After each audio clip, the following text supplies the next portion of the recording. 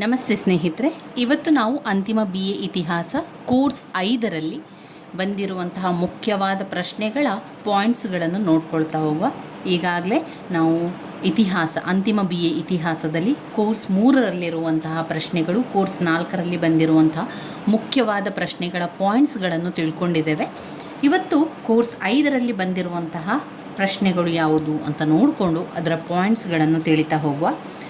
ಮೊದಲು ಬ್ಲಾಕ್ 1 ಭಾರತ. ಇದರಲ್ಲಿ ವಿಕ್ಟೋರಿಯಾ ರಾಣಿಯ ಘೋಷಣೆ, ರಾಷ್ಟ್ರೀಯ ಬೆಳವಣಿಗೆಯ ಕಾರಣ, ಬಾಲಗಂಗಾಧರ್ ತಿಲಕರವರ ಪಾತ್ರ, ಆಮೇಲೆ ಅಸಹಕಾರ ಆಂದೋಲನ, ಕಾನೂನು ಭಂಗ ಚಳುವಳಿ, ಹಿಂದುಳಿದ ವರ್ಗಗಳ ಚಳುವಳಿ, ಪೆರಿಯಾರ್ ಮತ್ತು BR ಅಂಬೇಡ್ಕರ್ ಅವರ ಪಾತ್ರ, ಒಡೆದು ಆಳುವ ನೀತಿ, ಮುಸ್ಲಿಂ ಲೀಗ್. ಇದು 15 ಅಂಕಕ್ಕೆ ಪ್ರಶ್ನೆಗಳು ಬಂದಿರುವಂಥದ್ದು. ಇದು ಬ್ಲಾಕ್ 1ರಲ್ಲಿ.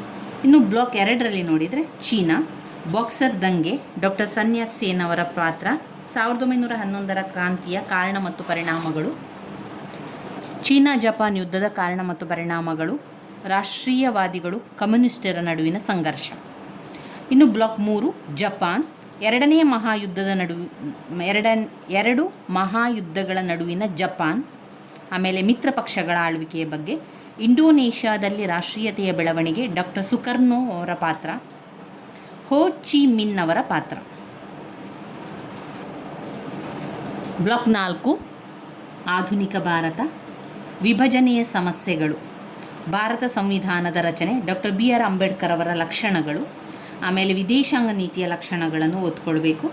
ಭಾಷಾ ಆಧಾರಿತ ರಾಜ್ಯಗಳ ರಚನೆಗೆ ಕಾರಣಗಳು, ಮೂಲಭೂತ ಹಕ್ಕುಗಳ ಬಗ್ಗೆ, ಭಾರತದ ಹೋರಾಟದಲ್ಲಿ ಸುಭಾಷ್ ಚಂದ್ರ ಬೋಸರವರ ಕೊಡುಗೆ. ಇಲ್ಲಿ ಪ್ರತ್ಯೇಕವಾಗಿ ಬೇರೆ ಪ್ರಶ್ನೆ ಪತ್ರಿಕೆಗಳನ್ನು ನೋಡಿಕೊಂಡಾಗ ರಿಪೀಟ್ ಆಗಿ ಬಂದಿರುವಂಥ ಪ್ರಶ್ನೆಗಳು. ಡಾಕ್ಟರ್ ಸನ್ಯಾತ್ ಸೇನ್ ಅವರ ಜೀವನ ಸಾಧನೆಗಳು 10 ಅಂಕಕ್ಕೆ ಬಂದಿದೆ. ಈಗ ಎಲ್ಲವನ್ನು ಕೂಡ ನೋಡ್ತಾ ಅದರ ಪಾಯಿಂಟ್ಸ್ಗಳನ್ನಷ್ಟು ತಿಳಿತಾ ಹೋಗುವ. ಮೊದಲಿಗೆ ಬ್ಲಾಕ್ 1 ಭಾರತದಲ್ಲಿ 1857ರ ದಂಗೆಗೆ ಕಾರಣಗಳನ್ನು ಕೇಳಿದ್ದಾರೆ. ವೆರಿ ಇಂಪಾರ್ಟೆಂಟ್ ಆಗಿರುವಂತಹ ಪ್ರಶ್ನೆ ಪತ್ರಿಕೆಗಳಲ್ಲಿ ಹಲವು ಬಾರಿ ಕೇಳಿರುವಂತಹ ಪ್ರಶ್ನೆ. 1857ರ ದಂಗೆಗೆ ಕಾರಣಗಳು ನಾವು ಇಲ್ಲಿ ನೋಡೋದಾದರೆ ರಾಜಕೀಯ ಕಾರಣಗಳು, ಆಡಳಿತ ಕಾರಣಗಳು, ಸಾಮಾಜಿಕ ಕಾರಣಗಳು, ಧಾರ್ಮಿಕ ಕಾರಣಗಳು, ಆರ್ಥಿಕ ಕಾರಣಗಳು, ಮಿಲಿಟರಿ ಕಾರಣಗಳು, ತಕ್ಷಣದ ಕಾರಣಗಳು. 1857ರ ದಂಗೆಗೆ ಕಾರಣಗಳು, ರಾಜಕೀಯ ಕಾರಣಗಳು, ಆಡಳಿತ ಕಾರಣಗಳು, ಸಾಮಾಜಿಕ ಕಾರಣಗಳು, ಧಾರ್ಮಿಕ ಕಾರಣಗಳು, ಆರ್ಥಿಕ ಕಾರಣಗಳು, ಮಿಲಿಟರಿ ಕಾರಣಗಳು, ಹಾಗೆ ತಕ್ಷಣದ ಕಾರಣಗಳು.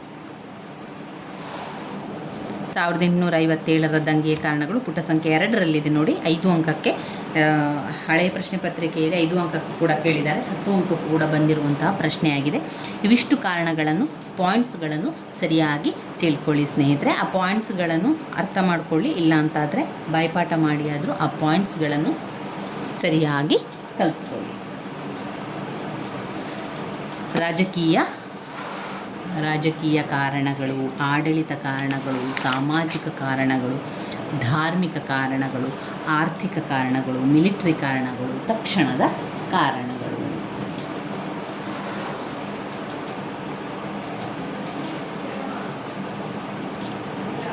ಇದರಲ್ಲಿ ನಾವು 5 ಅಂಕಕ್ಕೆ ಮತ್ತೊಂದು ಬಂದಿರುವಂಥ ಪ್ರಶ್ನೆ, ವಿಕ್ಟೋರಿಯಾ ರಾಣಿಯ ಘೋಷಣೆಗಳನ್ನು ಓದ್ಕೊಳ್ಬೇಕು. ಯಾವ ರೀತಿ ಅವಳು ಘೋಷಣೆಯನ್ನು ಮಾಡಿದ್ದಾರೆ, ವಿಕ್ಟೋರಿಯಾ ರಾಣಿಯ ಘೋಷಣೆಗಳೇನು ಎನ್ನುವಂಥದ್ದನ್ನು ನೋಡ್ಕೊಳ್ಬೇಕು. ಅವರು ಪಾಯಿಂಟ್ಸನ್ನು ಕೊಟ್ಟಿದ್ದಾರೆ. ಆ ಪಾಯಿಂಟ್ಸ್ ರೀತಿಯಲ್ಲಿ ಒಮ್ಮೆ ಓದ್ಕೊಳ್ಳಿ, ನಂತರ ಮುಖ್ಯವಾದ ವಿಚಾರವನ್ನು ಪಾಯಿಂಟ್ಸ್ ಆಗಿ ತಗೊಳ್ಳಿ. ದಂಗೆಯ ಫಲಶ್ರುತಿಗಳಲ್ಲಿ ಪ್ರಮುಖವಾದುದೆಂದರೆ ರಾಣಿ ವಿಕ್ಟೋರಿಯಾ ಒಂದು ಘೋಷಣೆಯನ್ನು ಹೊರಡಿಸಿದಳು. ಅದಕ್ಕೆ ಪೂರಕವಾಗಿ ಒಂದು ಕಾಯ್ದೆಯನ್ನು ಸಹ ಅಸ್ತಿತ್ವಕ್ಕೆ ಬರ್ತದೆ. ನವೆಂಬರ್ 1, 1858ರಂದು ಅಲಹಾಬಾದಿನಲ್ಲಿ ಒಂದು ರಾಜ ದರ್ಬಾರನ್ನು ಆಯೋಜಿಸಲಾಯಿತು. ಅದರಲ್ಲಿ ರಾಣಿಯು ಪ್ರಕಟಿಸಿದ ಘೋಷಣೆಯನ್ನು ಈ ಸಮಯದಲ್ಲಿ ಕೊನೆಯ ಗವರ್ನರ್ ಜನರಲ್ ಆಗಿದ್ದ ಲಾರ್ಡ್ ಕ್ಯಾನಿಂಗ್ ರಾಣಿಯ ಪರವಾಗಿ ಓದಿದರು. ವಿಕ್ಟೋರಿಯಾ ರಾಣಿಯ ಘೋಷಣೆಗಳು ಕೆಲವು ಮಹತ್ವಪೂರ್ಣ ಅಂಶಗಳು ಈ ರೀತಿಯಾಗಿದೆ. 1, ಅದು ಈಸ್ಟ್ ಇಂಡಿಯಾ ಕಂಪನಿಯಿಂದ ಬ್ರಿಟಿಷ್ ಸರಕಾರವು ಭಾರತದ ಆಡಳಿತವನ್ನು ವಹಿಸಿಕೊಂಡಿದ್ದು. ರಾಣಿ ನೇರವಾಗಿ ಭಾರತದ ಆಡಳಿತವನ್ನು ವಹಿಸಿಕೊಂಡರು. ಈಸ್ಟ್ ಇಂಡಿಯಾ ಕಂಪನಿಯ ನಿರ್ದೇಶಕ ಮಂಡಳಿಯನ್ನು ವಿಸರ್ಜಿಸಲಾಯಿತು. 2, ಭಾರತದ ಆಡಳಿತವನ್ನು ನೋಡಿಕೊಳ್ಳಲು ಭಾರತದಲ್ಲಿ ವೈಸ್ರಾಯ್ ಹುದ್ದೆಯನ್ನು ಸೃಷ್ಟಿಸಿದಳು. 3.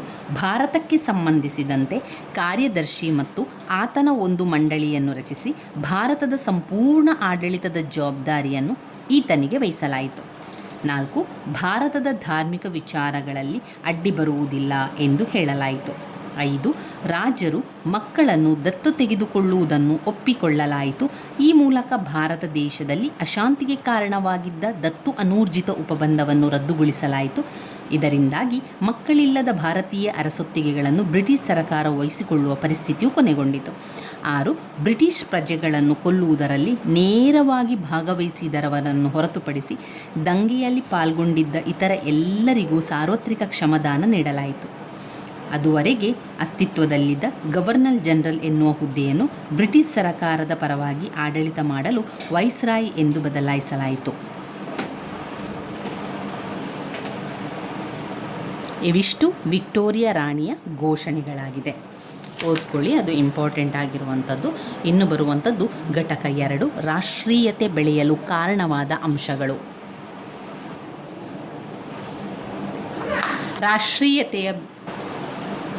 ರಾಷ್ಟ್ರೀಯತೆ ಬೆಳೆಯಲು ಕಾರಣವಾದ ಅಂಶಗಳು: ರಾಜಕೀಯ ಏಕತೆ, ಇಂಗ್ಲಿಷ್ ಶಿಕ್ಷಣ, ಸಂಪರ್ಕ ಮಾಧ್ಯಮಗಳ ವಿಸ್ತರಣೆ, ವಿದ್ವಾಂಸರುಗಳ ಕೊಡುಗೆ, ಸಾಮಾಜಿಕ ಮತ್ತು ಧಾರ್ಮಿಕ ಸುಧಾರಣೆಗಳು, ಭಾರತೀಯ ಪತ್ರಿಕೆ ಮತ್ತು ಸಾಹಿತ್ಯದ ಬೆಳವಣಿಗೆ, ಆರ್ಥಿಕ ಶೋಷಣೆ, ಸರ್ಕಾರಿ ಸೇವೆಗಳಲ್ಲಿ ತಾರತಮ್ಯತೆ, ಜನಾಂಗೀಯ ಭೇದ, ಲಾರ್ಡ್ ಲಿಟ್ಟನ್ನ ಕೆಲವು ಜನವಿರೋಧಿ ನೀತಿಗಳು, ಇಲ್ಬರ್ಟ್ ಬಿಲ್ ವಿವಾದ. ಇವು ರಾಷ್ಟ್ರೀಯತೆ ಬೆಳೆಯಲು ಕಾರಣವಾದಂತಹ ಅಂಶಗಳಾಗಿದೆ.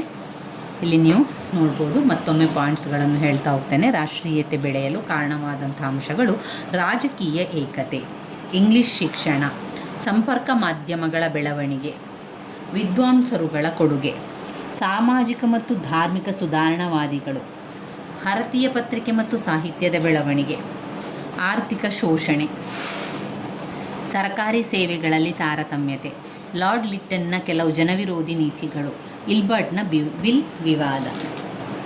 ಇನ್ನು ಬರುವಂಥದ್ದು ಘಟಕ 3.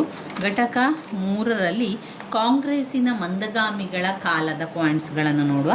ರಾಜಕೀಯ ಹೋರಾಟಗಳು, ಬ್ರಿಟಿಷ್ ಆಡಳಿತ ವ್ಯವಸ್ಥೆಯ ಬಗ್ಗೆ ಹೋರಾಟ, ಬ್ರಿಟಿಷರ ಆರ್ಥಿಕ ನೀತಿಗಳನ್ನು ಖಂಡಿಸಿ ಹೋರಾಟ, ನಾಗರಿಕ ಹಕ್ಕುಗಳ ರಕ್ಷಣೆಗಾಗಿ ಹೋರಾಟ, ಸ್ವಯಂ ಆಡಳಿತಕ್ಕಾಗಿ ಹೋರಾಟ, ತೀವ್ರಗಾಮಿಗಳ ಬೆಳವಣಿಗೆ, ಮಂದಗಾಮಿಗಳ ನೀತಿಗಳು, ಸಮಕಾಲೀನ ಪ್ರಭಾವಗಳು, ಬ್ರಿಟಿಷ್ ಆಡಳಿತ ನೀತಿಗಳು, ಬಂಗಾಳದ ವಿಭಜನೆ.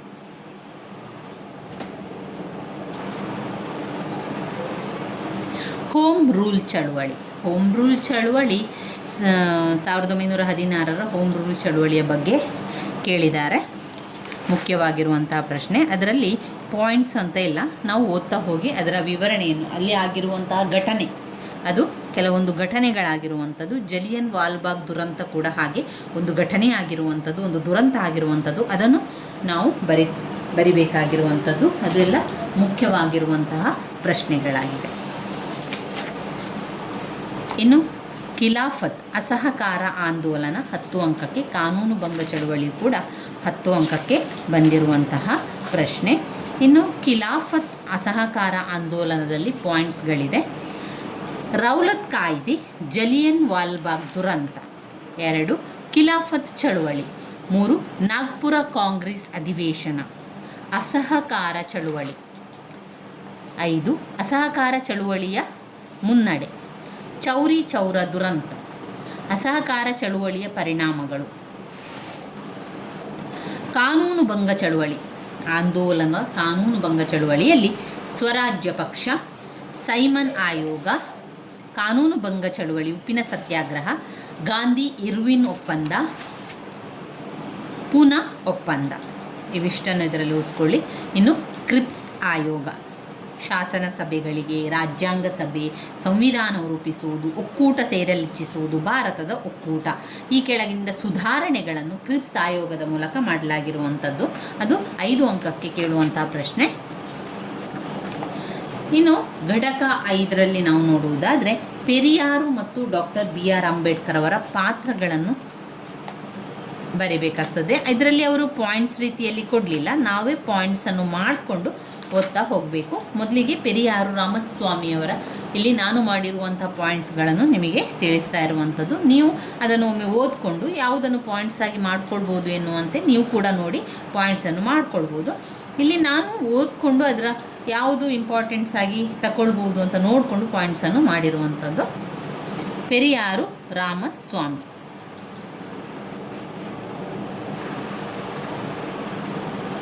ಮೊದಲನೇದಾಗಿ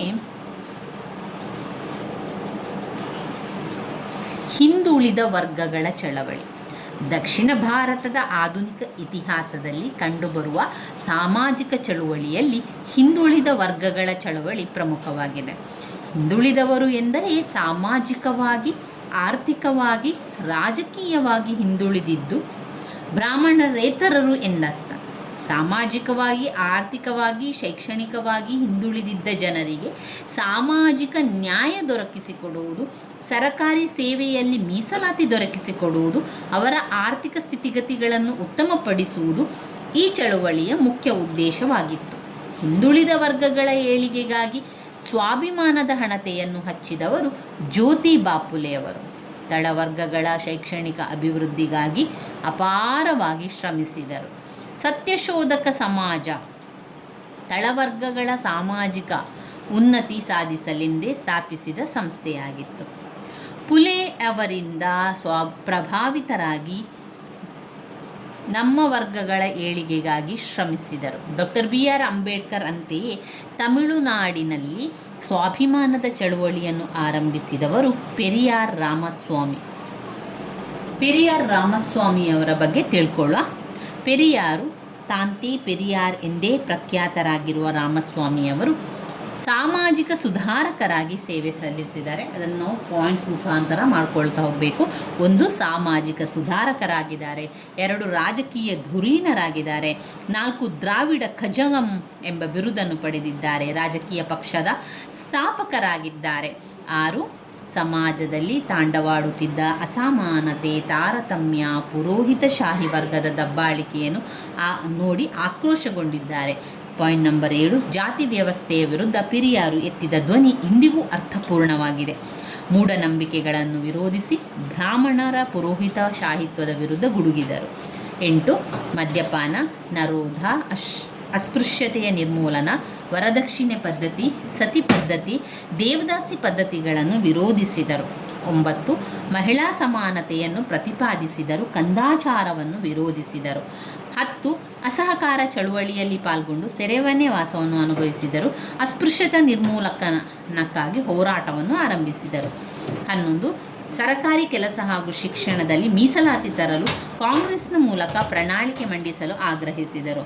12 ವೈಕಂ ಸತ್ಯಾಗ್ರಹದಲ್ಲಿ ಪೆರಿಯಾರು ಹಾಗೂ ಅವರ ಪತ್ನಿ ಪಾಲ್ಗೊಂಡರು.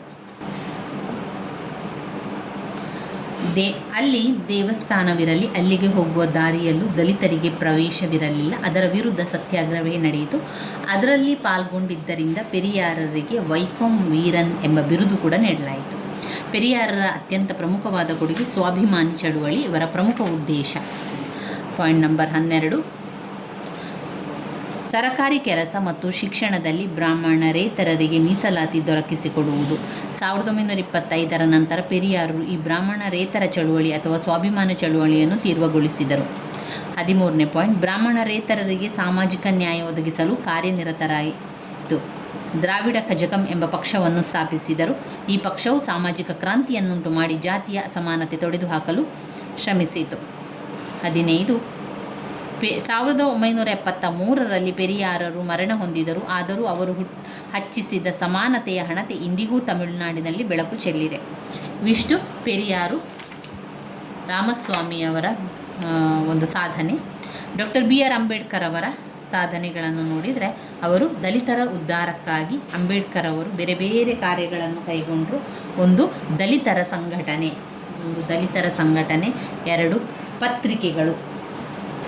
2 ಪತ್ರಿಕೆಗಳು, 3 ಮಹದ್ ಚೌಡರ್ಕೆರೆಯ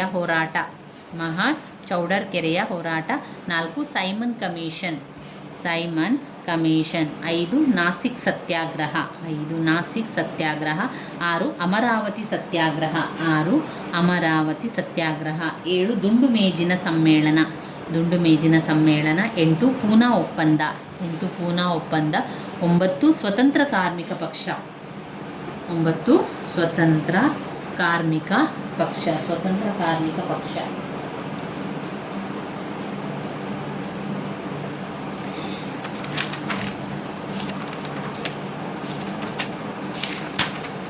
ಇನ್ನು ಬರುವಂಥದ್ದು ಘಟಕ 6 ಒಡೆದು ಆಳುವ ನೀತಿ ಹಾಗೂ ಕೋಮುವಾದದ ಬೆಳವಣಿಗೆಗೆ ಕಾರಣಗಳು. ಇದರಲ್ಲಿ ಕೋಮುವಾದದ ಬೆಳವಣಿಗೆಗೆ ಕಾರಣಗಳು ಪಾಯಿಂಟ್ಸ್ಗಳಿದೆ. ಆ ಪಾಯಿಂಟ್ಸ್ಗಳನ್ನು ನೋಡ್ಕೊಳ್ಳುವ. ಸೈಯದ್ ಅಹಮದ್ ಖಾನ್ ಮತ್ತು ಅಲಿಫರ್ ಚಳುವಳಿ. ಸೈಯದ್ ಅಹಮದ್ ಖಾನ್ ಮತ್ತು ಅಲಿಫರ್ ಚಳುವಳಿ. ಥಿಯೋಡೋರ್ ಬೆಕ್. 3 ಸಿಮ್ಲಾ ಆಯೋಗ. 4 ಮುಸ್ಲಿಂ ಲೀಗ್ನ ಸ್ಥಾಪನೆ. 5 ಮಾರ್ಲೆ ಮಿಂಟೋ ಕಾಯಿದೆ. ಮತೀಯ ಆಧಾರದ ಮೇಲೆ ಭಾರತದ ಇತಿಹಾಸದ ರಚನೆ. 19ನೇ ಶತಮಾನದ ಧಾರ್ಮಿಕ ಸುಧಾರಣಾ ಚಳವಳಿಯ ಪ್ರಭಾವ. ಜಿನ್ನಾರವರ ಪಾತ್ರ. 8 ಜಿನ್ನಾರವರ ಪಾತ್ರ. 9 1940ರ ಪಾಕಿಸ್ತಾನದ ನಿರ್ಮಾಣ.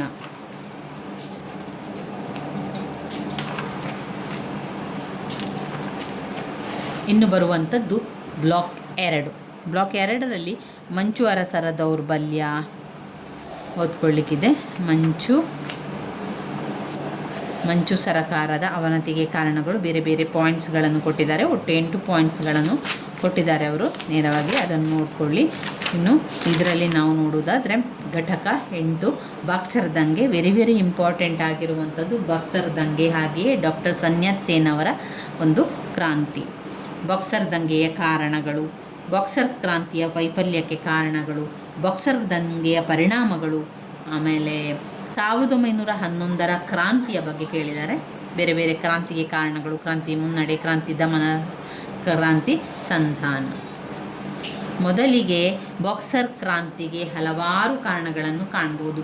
ಬಾಕ್ಸರ್ ಕ್ರಾಂತಿಯ ಕಾರಣಗಳೇನು ಅಥವಾ ಬಾಕ್ಸರ್ ದಂಗೆಯ ಕಾರಣಗಳೇನು ಅಂತ ಬಂದಾಗ ಪಾಶ್ಚಾತ್ಯರ ಪ್ರಾಬಲ್ಯ, ವಸಾಹತುಶಾಹಿ ನೀತಿ. ಪಾಶ್ಚಾತ್ಯರ ಪ್ರಾಬಲ್ಯ, ವಸಾಹತುಶಾಹಿ ನೀತಿ. 3 ಕ್ರೈಸ್ತ ಮಿಷನರಿ ಚಟುವಟಿಕೆಗಳು. ಪ್ರಬಲ ರಾಷ್ಟ್ರಗಳ ಅಪಾರ ರಿಯಾಯಿತಿ. ಮಂಚು ಸರಕಾರದ ದುರ್ಬಲ ಆಳ್ವಿಕೆ.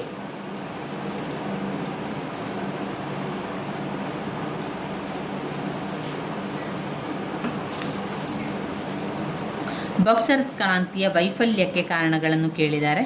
ಇದರಲ್ಲಿ ಅವರು ಈ ರೀತಿಯಾಗಿ ಪಾಯಿಂಟ್ಸನ್ನು ಕೊಟ್ಟಿದ್ದಾರೆ. ನಾವು ಅದನ್ನು ಓದ್ಕೊಂಡು ಅದರಲ್ಲಿರುವ ಮುಖ್ಯವಾದ ಭಾಗವನ್ನು ನೋಡ್ಕೊಳ್ತಾ ಹೋಗಿ. ಬಾಕ್ಸರ್ ಕ್ರಾಂತಿಯ ವೈಫಲ್ಯತೆಗಳು: ವಿದೇಶಿಯರ ವಿರುದ್ಧ ಯುದ್ಧ ಘೋಷಿಸಿದ್ದೇವೆ. ಅವರ ದಕ್ಷಿಣ ಚೀನಾಕ್ಕೆ ಯಾವುದೇ ಸೂಚನೆಯಾಗಲಿ ಆದೇಶವಾಗಿ ಬರಲಿಲ್ಲ. ಚೀನಿಯರ ಸೇನಾಧಿಕಾರಿಗಳಲ್ಲಿನ ಒಡಂಬಡಿಕೆಯ ಕೊರತೆಯಿಂದಾಗಿ ಸೇನೆ ಪರಸ್ಪರ ಹೊಂದಾಣಿಕೆಯಿಂದ ಹೋರಾಡದೆ ಹೋಯಿತು. 3 ಆಸ್ಥಾನದ ಮುಖಂಡರುಗಳಾದ ಜುಂಗಲು, ಯುಆನ್ ಶಿಕಾಯ್ ಮೊದಲಾದವರು ಬಾಕ್ಸರ್ಗಳು ಸೋಲುವುದು ಖಚಿತವೆಂಬುದಾಗಿ ಮೊದಲೇ ಗ್ರಹಿಸಿದ್ದರಿಂದ ಅವರ ಚಳುವಳಿಗೆ ಬೆಂಬಲ ಕೊಡುವುದು ಅನುಪಯುಕ್ತವೆಂದು ಪರಿಗಣಿಸಿದರು. ಮಹಾರಾಣಿ ಜೂಸಿ ತಳೆದಿದ್ದ ಉದಾಸೀನತೆ ಒಂದು ಪ್ರಮುಖ ಕಾರಣ ಎನ್ನಬಹುದು. ಎಲ್ಲದಕ್ಕೂ ಮಿಗಿಲಾಗಿ ಬಾಕ್ಸರ್ಗಳು ದೇಶಕ್ಕೆ ಯಾವ ಒಂದು ರಚನಾತ್ಮಕವಾದ ಕಾರ್ಯಕ್ರಮದ ಪ್ರಣಾಳಿಕೆಯನ್ನು ಹೊಂದಿರಲಿಲ್ಲ.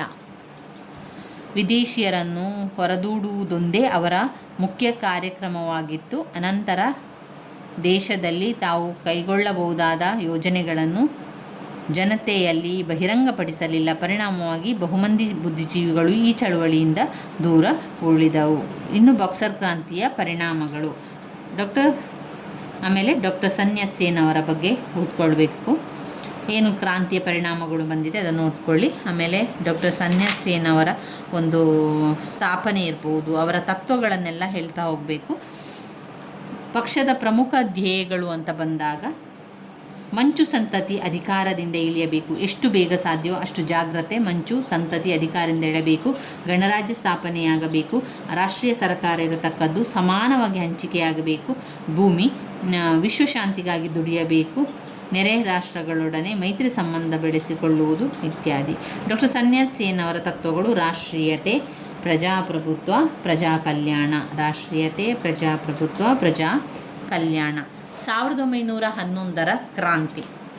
1911ರ ಕ್ರಾಂತಿಗೆ ಕಾರಣಗಳೇನು? ಅದಕ್ಕೆ ಸಾಧಾರಣವಾಗಿ ಒಟ್ಟು 10 ಪಾಯಿಂಟ್ಸ್ಗಳಿದೆ. ಅದಕ್ಕೆ ಕಾರಣಗಳು 10 ಪಾಯಿಂಟ್ಸ್ಗಳನ್ನು ಕಾಣ್ಬೋದು. ಅದನ್ನೆಲ್ಲ ಓದ್ಕೊಳ್ಬೇಕು. ಹಾಗೆ ಚೀನಾ ಮತ್ತು ಮೊದಲನೆಯ ಮಹಾಯುದ್ಧ, ಅದರಲ್ಲಿ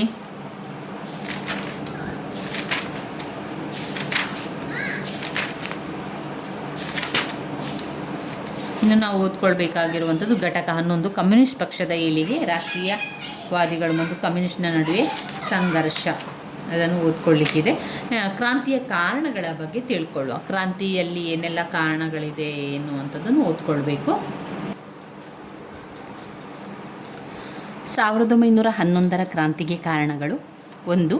ಡಾಕ್ಟರ್ ಸನ್ಯಾಸಿ ಸೇನನ ಪಾತ್ರ. 2. ವಲಸಿಗರ ಪ್ರಭಾವ. 3.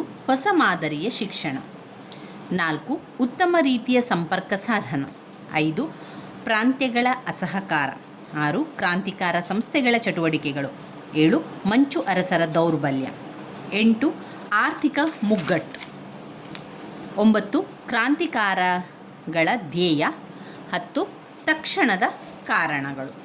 ಇವಿಷ್ಟು ಕಾರಣಗಳು 1911ರ ಕ್ರಾಂತಿಗೆ ಕಾರಣಗಳಾಗಿದೆ. ಇನ್ನು ಅದರಲ್ಲಿ 1911ರ ಕ್ರಾಂತಿಯ ಪರಿಣಾಮಗಳನ್ನು ಕೂಡ ಓದ್ಕೊಳ್ಬೇಕು. ಕೆಲವೊಮ್ಮೆ ಅವರು ಏನು ಮಾಡ್ತಾರೆ, 1911ರ ಕ್ರಾಂತಿಯ ಕಾರಣಗಳನ್ನು ಮತ್ತು ಪರಿಣಾಮಗಳನ್ನು ತಿಳಿಸಿ ಅಂತ ಕೇಳ್ತಾರೆ. ಕೆಲವೊಮ್ಮೆ ಕಾರಣ ಮಾತ್ರ ಕೇಳ್ತಾರೆ, ಕೆಲವೊಮ್ಮೆ ಪರಿಣಾಮ ಮಾತ್ರ ಕೇಳ್ತಾರೆ. ಈ ಕ್ರಾಂತಿ ಚೀನಾದ ಇತಿಹಾಸದಲ್ಲಿಯೇ ಒಂದು ಮೈಲಿಗಲ್ಲಾಯಿತು. 1644ರಿಂದಲೂ ಚೀನಾದ ಅರಸೊತ್ತಿಗೆಯೇ ತನ್ನ ಮಿಲಿಟರಿ ಸಾರ್ವಭೌಮ ಆಡಳಿತವನ್ನು ನಡೆಸಿದ ಮಂಚು ಸಂತತಿ ಇಲ್ಲಿಗೆ ಅಂತ್ಯಗೊಂಡಿತು. ಕ್ರಾಂತಿಕಾರಿಗಳ ಮಹದಾಸೆಯನ್ನು ಈಡೇರಿಸುವಲ್ಲಿ ಈ ಕ್ರಾಂತಿ ಮೊದಲ ಹೆಜ್ಜೆಯಾಯಿತು. ಚೀನಾದಲ್ಲಿ ಗಣರಾಜ್ಯ ಅಸ್ತಿತ್ವಕ್ಕೆ ಬಂದಿತು. ಆಡಳಿತದಲ್ಲಿ ಸಾಮರ್ಥ್ಯವುಳ್ಳವನಾಗಿದ್ದ ಯು ಆನ್ ಶಿಕಾಯ್ ಗಣರಾಜ್ಯದ ಅಧ್ಯಕ್ಷನಾಗಿ ಬಂದುದು ಡಾಕ್ಟರ್ ಸನ್ಯಾಸಿ ಅಭಿಮಾನಿಗಳಿಗೆ ಅತೃಪ್ತಿ ಉಂಟು ಮಾಡಿತು. ಚೀನಾದಲ್ಲಿ ಕ್ರಾಂತಿಯಾದ ಮೇಲೆ ಸುಭದ್ರವಾದ ಗಣರಾಜ್ಯ ಸರಕಾರ ಸ್ಥಾಪನೆಯಾಗಬಹುದು, ಅದು ಸಾಂಸ್ಕೃತಿಕ ಮತ್ತು ಸಾಮಾಜಿಕ ಕ್ರಾಂತಿ ತರಬಲ್ಲದೆಂಬ ನಂಬಿಕೆ ಹಲವರದಾಗಿತ್ತು.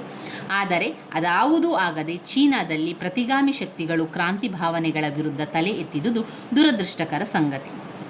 5. ಕ್ರಾಂತಿಯಾದ ಅಲ್ಪ ಕಾಲಾವಧಿಯಲ್ಲಿಯೇ ದೇಶ ಪ್ರತಿಗಾಮಿ ಶಕ್ತಿಗಳ ಹತೋಟಿಗೆ ಒಳಪಟ್ಟಿತು. ಯು ಅನ್ ಶಿಕಾಯ್ ಎಂಬ ಮಿಲಿಟರಿ ನಾಯಕ ಪ್ರತಿಗಾಮಿ ನೀತಿಗೆ ಹೆಸರಾದ ವ್ಯಕ್ತಿಯಾಗಿದ್ದ.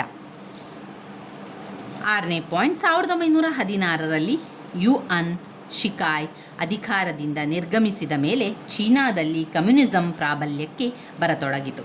1916ರಿಂದ 1928ರವರೆಗೆ ಯುದ್ಧ ಪ್ರಭುಗಳ ಮುಷ್ಟಿಯಲ್ಲಿ ಸಿಲುಕಿತು. ಇನ್ನು ಬರುವಂಥದ್ದು ಚೀನಾ ಮತ್ತು ಮೊದಲನೆಯ ಮಹಾಯುದ್ಧ. ಇಲ್ಲಿ ಜಪಾನಿನ 21 ಬೇಡಿಕೆಗಳಿದೆ. ಇವುಗಳನ್ನು ನೀವು ಓದ್ಕೊಳ್ತಾ ಹೋದಾಗ ಅದರಲ್ಲಿ ಪಾಯಿಂಟ್ಸ್ಗಳು ನೀವೇ ಮಾಡಿಕೊಂಡು ಓದ್ತಾ ಹೋಗಬೇಕು.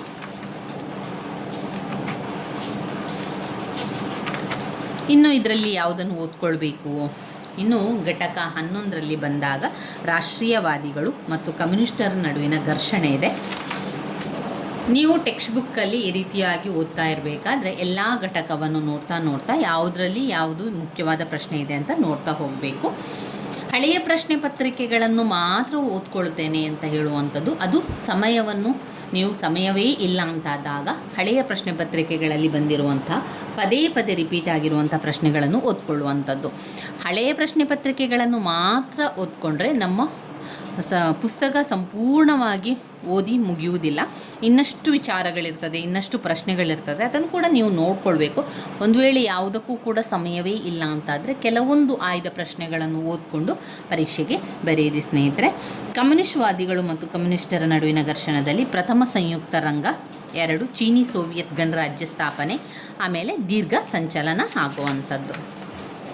ಈ ಪಾಯಿಂಟ್ಸ್ಗಳನ್ನು ನೀವು ಅಭ್ಯಾಸವನ್ನು ಸರಿಯಾಗಿ ಮಾಡಿಕೊಳ್ಳಿ. ಪಾಯಿಂಟ್ಸ್ಗಳ ಅಭ್ಯಾಸವನ್ನು ಮಾಡಿಕೊಂಡ ನಂತರ ಪಾಯಿಂಟ್ಸ್ಗಳನ್ನು ಸರಿಯಾಗಿ ಬಾಯ್ಪಾಠ ಮಾಡಿದ ನಂತರ ಆ ಪಾಯಿಂಟ್ಸ್ನ ಒಳಗೆ ಏನು ಕೊಟ್ಟಿದ್ದಾರೆ, ಆ ಪಾಯಿಂಟ್ಸ್ನ ಒಳಗೆ ಯಾವ ರೀತಿಯ ಒಂದು ವಿಚಾರಗಳಿದೆ ಎನ್ನುವಂಥದ್ದನ್ನು ನೋಡ್ತಾ ಹೋಗಬೇಕು. ಅಂತರ್ಯುದ್ಧದ ಕಾರಣಗಳು, ಚೀನಾ ಮತ್ತು ಜಪಾನ್ ಯುದ್ಧದ ಬಗ್ಗೆ 5 ಅಂಕಕ್ಕೆ ಕೇಳಿದ್ದಾರೆ, ಅದನ್ನು ಅದರಲ್ಲಿ ಓದ್ಕೊಳ್ಳಿ. ಇನ್ನು ಕಮ್ಯುನಿಸ್ಟ್ ಸರಕಾರ ತಂದ ಸುಧಾರಣೆಗಳೇನು, ಇಂಪಾರ್ಟೆಂಟ್ ಆಗಿರುವಂಥ ಮತ್ತೊಂದು ಪ್ರಶ್ನೆ, ಕಮ್ಯುನಿಸ್ಟ್ ಸರ್ಕಾರ ತಂದ ಸುಧಾರಣೆಗಳು. ಕಮ್ಯುನಿಸ್ಟ್ ಸರ್ಕಾರ ತಂದ ಸುಧಾರಣೆಗಳು ಯಾವುದೆಲ್ಲ? 1 ಆರ್ಥಿಕ ಸುಧಾರಣೆಗಳು, 2 ಪಂಚವಾರ್ಷಿಕ ಯೋಜನೆಗಳು, 3 ಕೃಷಿ ಕ್ಷೇತ್ರದಲ್ಲಿ ಸುಧಾರಣೆಗಳು, ಸಾಮಾಜಿಕ ಸುಧಾರಣೆಗಳು, ಶೈಕ್ಷಣಿಕ ಸುಧಾರಣೆಗಳು, ಶೈಕ್ಷಣಿಕ ಸುಧಾರಣೆಗಳು, ಸಾಂಸ್ಕೃತಿಕ ಕ್ರಾಂತಿ. ಇನ್ನು ಬರುವಂಥದ್ದು ಬ್ಲಾಕ್ 3ರಲ್ಲಿ ಯಾವ ಪ್ರಶ್ನೆಗಳನ್ನೆಲ್ಲ ಓದ್ಕೊಳ್ಬೇಕು, ಮುಖ್ಯವಾಗಿ ಬಂದಿರುವಂಥ ಪ್ರಶ್ನೆಗಳು ಯಾವುದು, ಪದೇ ರಿಪೀಟ್ ಆಗಿರುವಂಥ ಪ್ರಶ್ನೆಗಳನ್ನು ಮೊದಲಿಗೆ ಗುರುತನ್ನು ಹಾಕ್ಕೊಳ್ಳಿ. ನಂತರ ಆ ಒಂದು ಪ್ರಶ್ನೆಗಳನ್ನು ಮೊದಲಿಗೆ ಓದ್ತಾ ಹೋಗಿ. 2ನೇ ಮಹಾಯುದ್ಧದ ಕಾರಣಗಳು, ಇದು ವೆರಿ ಇಂಪಾರ್ಟೆಂಟ್ ಆಗಿರುವಂತಹ ಒಂದು ಪ್ರಶ್ನೆ. ಇದಕ್ಕೆ ಅವರು ಪಾಯಿಂಟ್ಸನ್ನು ಕೊಟ್ಟಿದ್ದಾರೆ. ಆ ಪಾಯಿಂಟ್ಸನ್ನು ಮೊದಲಿಗೆ ಕಲಿತುಕೊಂಡು ನಂತರ ನೀವು ಅದರ ವಿವರಣೆಯನ್ನು ಕೂಡ ತಿಳ್ಕೊಳ್ಬೇಕಾಗಿರುವಂಥದ್ದು. 2ನೇ ಮಹಾಯುದ್ಧದ ಕಾರಣಗಳು, 1 ಮಿಲಿಟರಿಸಮ್, ಯಾವುದು? ಮಿಲಿಟರಿಸಮ್. 2 ಜಪಾನಿನ ಆಕ್ರಮಣದ ಪ್ರಗತಿ, 3 ರಷ್ಯಾದ ಜೊತೆ ತಾಟಸ್ಥ್ಯ ಒಪ್ಪಂದ, 4 ಗ್ರೇಟ್ ಬ್ರಿಟನ್ ಜೊತೆ ಜಪಾನಿನ ಸಂಬಂಧ, 5 ಅಮೇರಿಕ ಮತ್ತು ಜಪಾನ್, 6 ತಕ್ಷಣದ ಕಾರಣಗಳು. 2ನೇ ಮಹಾಯುದ್ಧ ಮತ್ತು ಜಪಾನ್ ಪಾಶ್ಚಾತ್ಯ ವಸಾಹತುಶಾಹಿ ರಾಷ್ಟ್ರದೊಂದಿಗೆ ಸಂಬಂಧ ಇರುವಂಥದ್ದು. ಪರ್ಲ್ ಹರ್ಬನ್ ಘಟನೆ, ಪಾಶ್ಚಾತ್ಯ ವಸಾಹತುಶಾಹಿತ್ವಕ್ಕೆ ಜಪಾನ್ ನೀಡಿದ ಹೊಡೆತ, ಜಪಾನಿನ ಸೋಲು ಮತ್ತು ಶರಣಾಗತಿ. ಇನ್ನು ಬರುವಂಥದ್ದು ಘಟಕ 16ರಲ್ಲಿ ಮಿತ್ರಕೂಟದ ಆಡಳಿತದಲ್ಲಿ ಮಿತ್ರಪಕ್ಷದ ಆಳ್ವಿಕೆ ಇರುವಂಥದ್ದು. ಅದರಲ್ಲಿ ಕೂಡ ಪಾಯಿಂಟ್ಸ್ಗಳಿದೆ. ಮಿತ್ರಪಕ್ಷದ ಆಳ್ವಿಕೆ ಅಂತ ಬಂದಾಗ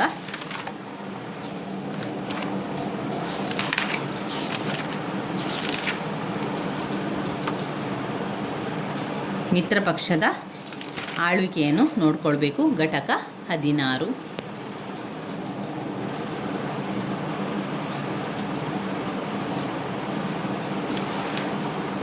ಮಿತ್ರಕೂಟದ ಆಡಳಿತ, ಮಿತ್ರಪಕ್ಷದ ಆಳ್ವಿಕೆ. ಮಿತ್ರಕೂಟದ ಆಡಳಿತದಲ್ಲಿ 1 ಜಪಾನ್ ಸಾಮ್ರಾಜ್ಯದ ಪತನ ಮತ್ತು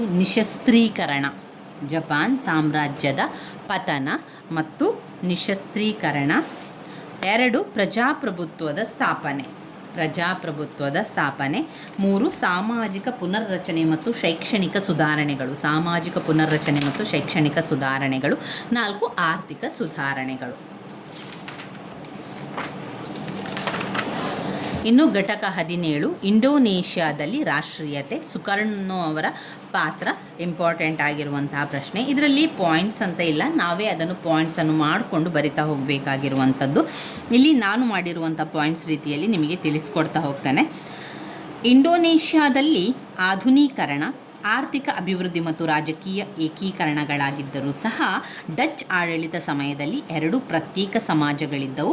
ಡಚ್ ವಸಾಹತುಶಾಹಿ ಆಡಳಿತಗಾರರು ಹಾಗೂ ಬಹುಸಂಖ್ಯಾತ ಸಾಮಾನ್ಯ ಇಂಡೋನೇಷ್ಯಾದ ಜನರು. 20ನೇ ಶತಮಾನದ ಪ್ರಾರಂಭದಲ್ಲಿ ಇಂಡೋನೇಷ್ಯಾದಲ್ಲಿ 3 ವರ್ಗದ ಪೌರರಿದ್ದರು: ಯುರೋಪಿಯನ್ನರು, ಇಂಡೋನೇಷ್ಯನ್ನರು, ಪೂರ್ವ ಏಷ್ಯಾದ ವಿದೇಶಿಯ ಕೆಲಸಗಾರರು. ಬುದಿಯಾ ಯೋಟೋಮಾ ಎಂಬ ಸಂಘಟನೆ ಕೂಡ ಸ್ಥಾಪಿಸಿದರು. ರಾಜಕೀಯ ಸಂಘಟನೆಗಳನ್ನು ಹುಟ್ಟುಹಾಕಿದರು. ಉದ್ದೇಶ ಶಿಕ್ಷಣ ಮತ್ತು ಸಂಸ್ಕೃತಿಗಳನ್ನು ಜನಸಾಮಾನ್ಯರ ನಡೆ ಹರಡುವುದಾಗಿತ್ತು. ಇನ್ನು ಸುಕರ್ಣೋ ಅವರ ಪಾತ್ರ, ಅದು 15 ಅಂಕಕ್ಕೆ ಬಂದಿರುವಂತಹ ಪ್ರಶ್ನೆ. ಸುಕರ್ಣೋ ಅವರು ಇಂಡೋನೇಷ್ಯಾದ ರಾಷ್ಟ್ರೀಯ ಚಳುವಳಿಯ ನಾಯಕ ಹಾಗೂ ಸ್ವತಂತ್ರ ಇಂಡೋನೇಷ್ಯಾದ ಮೊದಲ ಅಧ್ಯಕ್ಷ. ಇಲ್ಲಿ ನೀವು ಮುಖ್ಯವಾಗಿ ನೋಡ್ಕೊಳ್ಬೇಕಾಗಿರುವಂಥದ್ದು ಸುಕರ್ಣೋ ಅವರ ಪಂಚಶೀಲ ತತ್ವಗಳನ್ನೇ ಪಾಯಿಂಟ್ಸ್ ಆಗಿ ತಗೊಳ್ಳಿ. 1 ರಾಷ್ಟ್ರೀಯತೆ, 2 ಅಂತಾರಾಷ್ಟ್ರೀಯತೆ, ರಾಷ್ಟ್ರೀಯತೆ, ಅಂತಾರಾಷ್ಟ್ರೀಯತೆ. 3 ಪ್ರಜಾಪ್ರಭುತ್ವ. 4 ಸಾಮಾಜಿಕ ನ್ಯಾಯ. 5 ದೇವರಲ್ಲಿ ನಂಬಿಕೆ.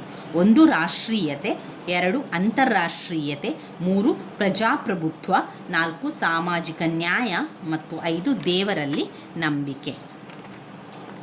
ಇನ್ನು ಘಟಕ 18 ಇಂಡೋ ಚೀನಾದಲ್ಲಿ ರಾಷ್ಟ್ರೀಯತೆ. ವಿಯೆಟ್ನಾಂನಲ್ಲಿ ಹೋ ಚಿ ಮಿನ್ ಅವರ ಪಾತ್ರ ಓದ್ಕೊಳ್ಬೇಕಾಗಿರುವಂಥದ್ದು. ಇಂಡೋ ಚೀನಾದಲ್ಲಿ ರಾಷ್ಟ್ರೀಯತೆಯು 20ನೇ ಶತಮಾನದ ಪ್ರಾರಂಭದ ವೇಳೆಗೆ ಫ್ರೆಂಚ್ ವಸಾಹತುಶಾಹಿ ವಿಯೆಟ್ನಾಮನ್ನು ಪರಿವರ್ತನೆ ಮಾಡಿತು. ಪಾಶ್ಚಿಮಾತ್ಯ ಆಡಳಿತ ಮತ್ತು ನ್ಯಾಯಾಂಗ ವ್ಯವಸ್ಥೆಗಳನ್ನು ಪ್ರಾರಂಭಿಸಲಾಯಿತು. ಪಾಶ್ಚಿಮಾತ್ಯ ಶಿಕ್ಷಣ ಪಡೆದ ಕ್ಯಾಥೋಲಿಕ್ ವಿಯೆಟ್ನಾಮಿನವರಿಗೆ ಮಾತ್ರ ಸರಕಾರಿ ಕೆಲಸಗಳನ್ನು ನೀಡಲಾಯಿತು. ಫ್ರೆಂಚರು ವಿಯೆಟ್ನಾಮಿನಲ್ಲಿ ವಾಣಿಜ್ಯ ಕೃಷಿಯನ್ನು ಪರಿಚಯಿಸಿ ರೈತರ ಮೇಲೆ ಹೊಗೆಸೊಪ್ಪು, ಟೀ, ಕಾಫಿ, ನೀಲಿ, ರಬ್ಬರ್ ಬೆಳೆಯುವಂತೆ ಒತ್ತಡವನ್ನು ಹೇರಿದರು. ಈ ಎಲ್ಲ ಅಂಶಗಳು ಫ್ರೆಂಚ್ ವಸಾಹತುಶಾಹಿ ಆಡಳಿತದ ಬಗ್ಗೆ ವಿಯೆಟ್ನಾಮಿನಲ್ಲಿರುವವರಲ್ಲಿ ಅಸಮಾಧಾನ ಮೂಡಿಸಿತು. ಅದೇ ಸಮಯದಲ್ಲಿ ಏನಾಯಿತು, ಪಾಶ್ಚಿಮಾತ್ಯ ರಾಜಕೀಯ ಚಿಂತನೆಗಳ ಪ್ರಭಾವಕ್ಕೂ ಕೂಡ ವಿಯೆಟ್ನಾಮಿನವರ ಮೇಲಾಯಿತು. ಅವರು ಫ್ರೆಂಚ್ ಕ್ರಾಂತಿಯ ಪ್ರಗತಿಪರ ಮೌಲ್ಯಗಳ ಬಗ್ಗೆ ಅರಿವು ಪಡೆದು ರೂಸೋ, ವಾಲ್ಟೇರ್, ಮಾಂಟೆಸ್ಕ್ಯೂನಂತಹ ತತ್ವಜ್ಞಾನಿಗಳ ಚಿಂತನೆಗಳನ್ನು ಅಭ್ಯಸಿಸಿದರು. ಜಪಾನ್ ರಷ್ಯಾದ ಮೇಲೆ ಗಳಿಸಿದ ಯುದ್ಧದ ಯಶಸ್ಸಿನಿಂದ ಪ್ರೇರೇಪಿತರಾಗಿ 1905ರ ನಂತರ ವಿಯೆಟ್ನಾಮಿನವರು ಸಹ ಫ್ರೆಂಚರ ವಿರುದ್ಧ ಹೋರಾಟ ಪ್ರಾರಂಭಿಸಿದರು. ಅವರ ಬೇಡಿಕೆಗಳು ಫ್ರೆಂಚರನ್ನು 1907ರಲ್ಲಿ ಹನೋಯಿ ವಿಶ್ವವಿದ್ಯಾನಿಲಯ ಸ್ಥಾಪಿಸುವಂತೆ ಮಾಡಿದವು. ಆದರೆ ವಿದ್ಯಾರ್ಥಿ ಚಳುವಳಿಗಳು ಪ್ರಾರಂಭವಾದ ಕಾರಣ 1908ರಲ್ಲಿ ಅದನ್ನು ಮುಚ್ಚಲಾಯಿತು. ಮೊದಲನೆಯ ಮಹಾಯುದ್ಧ ಪ್ರಾರಂಭವಾದಾಗ ಫ್ರಾನ್ಸ್ ವಿಯೆಟ್ನಾಮಿನ ಸಹಾಯ ಕೋರಿ ಯುದ್ಧಾನಂತರ ರಾಜಕೀಯ ಸುಧಾರಣೆ ತರುವುದಾಗಿ ವಚನ ನೀಡಿತು. ಆದರೆ ಯಾವುದೇ ಬದಲಾವಣೆಯಾಗಿದ್ದಾಗ ವಾಪಸ್ಸಾದ ವಿಯೆಟ್ನಾಮಿನ ಸೈನಿಕರು ಮತ್ತು ಇತರ ರಾಜಕೀಯ ಕಾರ್ಯಕರ್ತರು ಹಲವಾರು ಹೋರಾಟಗಳನ್ನು ಪ್ರಾರಂಭಿಸಿದರು. ರಾಷ್ಟ್ರೀಯವಾದಿ ಪಕ್ಷದಿಂದ ಪ್ರೇರಿತರಾದ ವಿಯೆಟ್ನಾಮಿನ ಸೈನಿಕರು ತಮ್ಮ ಫ್ರೆಂಚ್ ಅಧಿಕಾರಿಗಳ ಮೇಲೆ ಬಂಡೆದ್ದರು. ಆದರೆ ಅವರ ಬಂಡಾಯವನ್ನು ಹತ್ತಿಕ್ಕಲಾಯಿತು ಮತ್ತು ರಾಷ್ಟ್ರೀಯವಾದಿ ಪಕ್ಷವನ್ನು ನಿಷೇಧಿಸಲಾಯಿತು. ಆ ನಂತರದಲ್ಲಿ ಏನಾಯಿತು, ವಿಯೆಟ್ನಾಂ ಕಮ್ಯುನಿಸ್ಟ್ ಪಕ್ಷ ಫ್ರೆಂಚ್ ಆಳ್ವಿಕೆಗೆ ಅತ್ಯಂತ ಶಕ್ತಿಶಾಲಿ ವಿರೋಧ ಪಕ್ಷವಾಗಿ ಹೊರಹೊಮ್ಮಿತು. ಇನ್ನು ವಿಯೆಟ್ನಾಮಿನಲ್ಲಿ ಹೋ ಚಿ ಮಿನ್ ಅವರ ಪಾತ್ರ ಅಂತ ಬಂದಾಗ ಎನ್ ಗುಯಿನ್ ಮತ್ತು ಸಿನ್ ಕಾನ್. ಹೋ ಚಿಮ್ ವಿಯೆಟ್ನಾಮಿನ ಕಮ್ಯುನಿಸ್ಟ್ ಕ್ರಾಂತಿಕಾರ ಹಾಗೂ ಆಧುನಿಕ ವಿಯೆಟ್ನಾಮಿನ ಪಿತಾಮಹ. ಯಾರು? ಹೋ ಚಿ ಮಿನ್. ಉತ್ತರ ವಿಯೆಟ್ನಾಮಿನ ಹಳ್ಳಿಯೊಂದರ ಮಧ್ಯಮ ವರ್ಗದ ಕುಟುಂಬದರಲ್ಲಿ ಜನಿಸಿದ ಅವರ ಹುಟ್ಟು ಹೆಸರು ಎನ್ ಗುಯಿನ್ ಸಿನ್ ಕಾನ್. ಅವರ ತಂದೆ ಫ್ರೆಂಚ್ ಆಡಳಿತದಲ್ಲಿ ಕೆಲಸ ಮಾಡುತ್ತಿದ್ದರೂ ಕನ್ಫ್ಯೂಷಿಯನ್ ವಿದ್ವಾಂಸ ಕೂಡ. ಬಾಲಕ ಹೋನಾ ಪ್ರಾಥಮಿಕ ವಿದ್ಯಾಭ್ಯಾಸ ಅವರೊಡನೆ ನಡೆಯಿತು. ಹೋ ಆಧುನಿಕ ಫ್ರೆಂಚ್ ಶಿಕ್ಷಣವನ್ನು ಪಡೆದರು.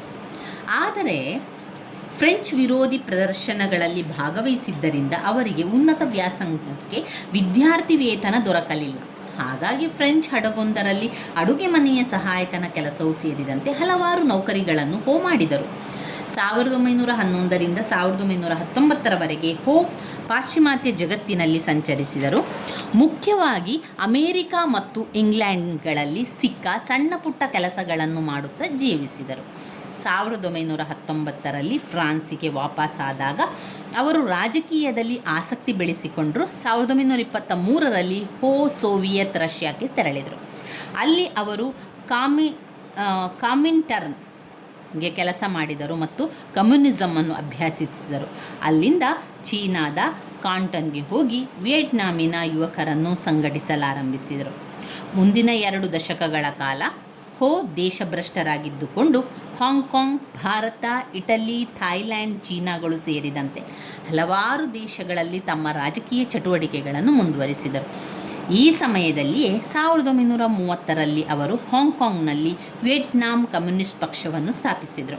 1940ರ ನಂತರ ಹೋ ಚಿ ಮಿನ್ ಎಂಬ ಹೆಸರನ್ನು ಬಳಸಲಾರಂಭಿಸಿದರು. ಎರಡನೆಯ ಮಹಾಯುದ್ಧ ವಿಯೆಟ್ನಾಮಿನ ಸ್ವಾತಂತ್ರ್ಯ ಚಳುವಳಿಗೆ ಹೊಸ ಆಯಾಮ ನೀಡಿ ಜಪಾನ್ ವಿಯೆಟ್ನಾಮನ್ನು ವಶಪಡಿಸಿಕೊಂಡಿತು.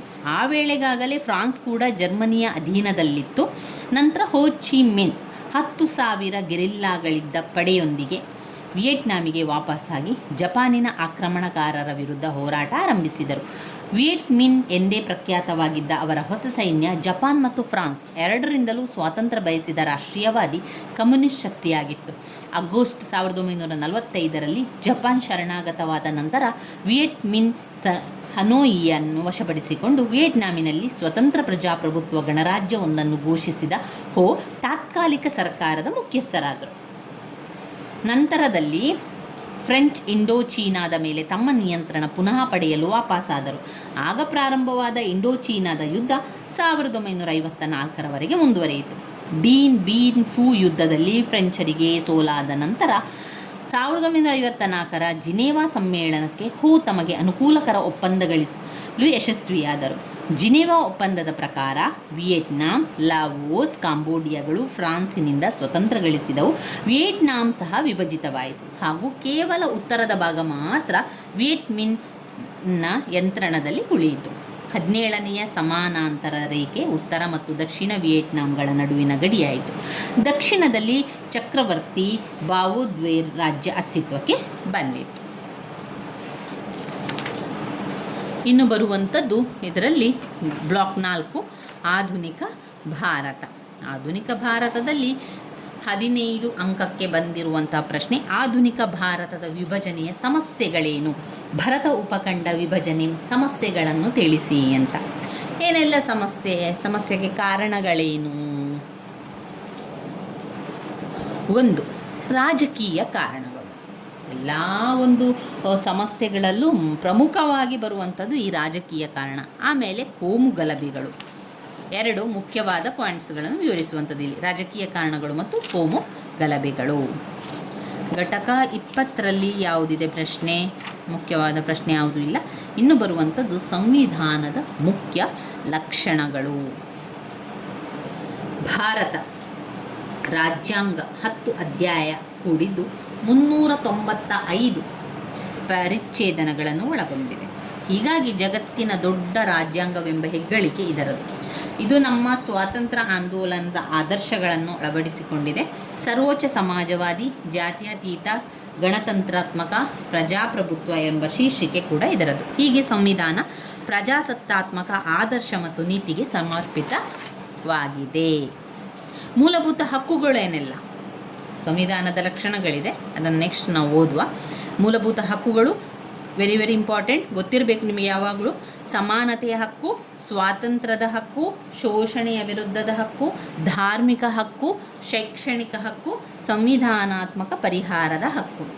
ಸಮಾನತೆಯ ಹಕ್ಕು, ಸ್ವಾತಂತ್ರ್ಯದ ಹಕ್ಕು, ಶೋಷಣೆಯ ವಿರುದ್ಧ ಹಕ್ಕು, ಧಾರ್ಮಿಕ ಹಕ್ಕು, ಶೈಕ್ಷಣಿಕ ಹಕ್ಕು, ಸಂವಿಧಾನಿಕ ಪರಿಹಾರದ ಹಕ್ಕು.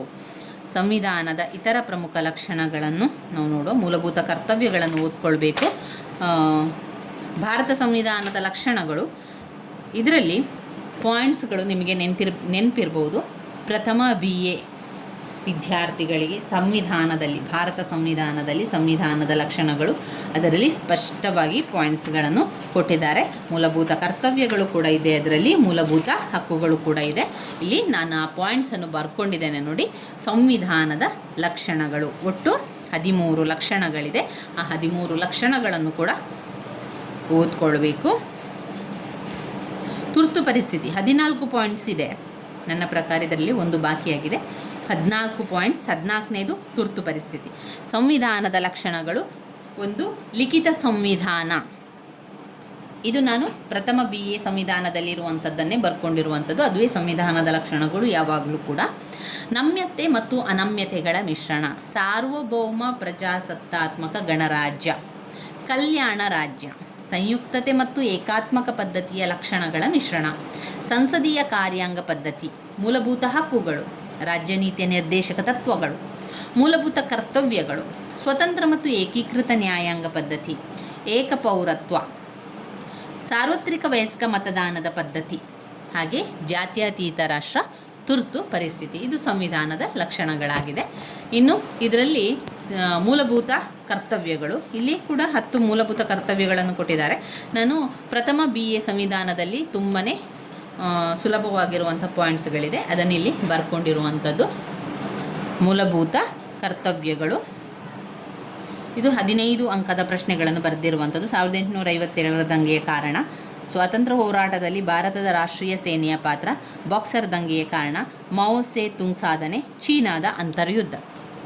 ಮೂಲಭೂತ ಕರ್ತವ್ಯಗಳಲ್ಲಿ ಸಂವಿಧಾನ, ರಾಷ್ಟ್ರಧ್ವಜ, ರಾಷ್ಟ್ರಗೀತೆಯನ್ನು ಗೌರವಿಸುವುದು. 2.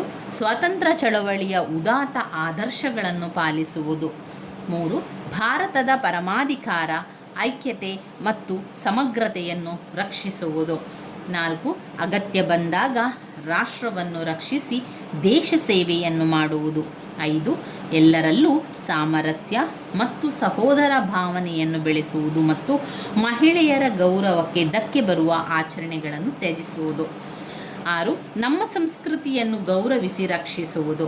7. ಅರಣ್ಯಗಳು, ಸರೋವರಗಳು, ನದಿಗಳು ಮತ್ತು ಮೃಗಗಳು ಸೇರಿದಂತೆ ಪ್ರಕೃತಿ ಪರಿಸರವನ್ನು ರಕ್ಷಿಸಿ ಅಭಿವೃದ್ಧಿಪಡಿಸುವುದು. 8.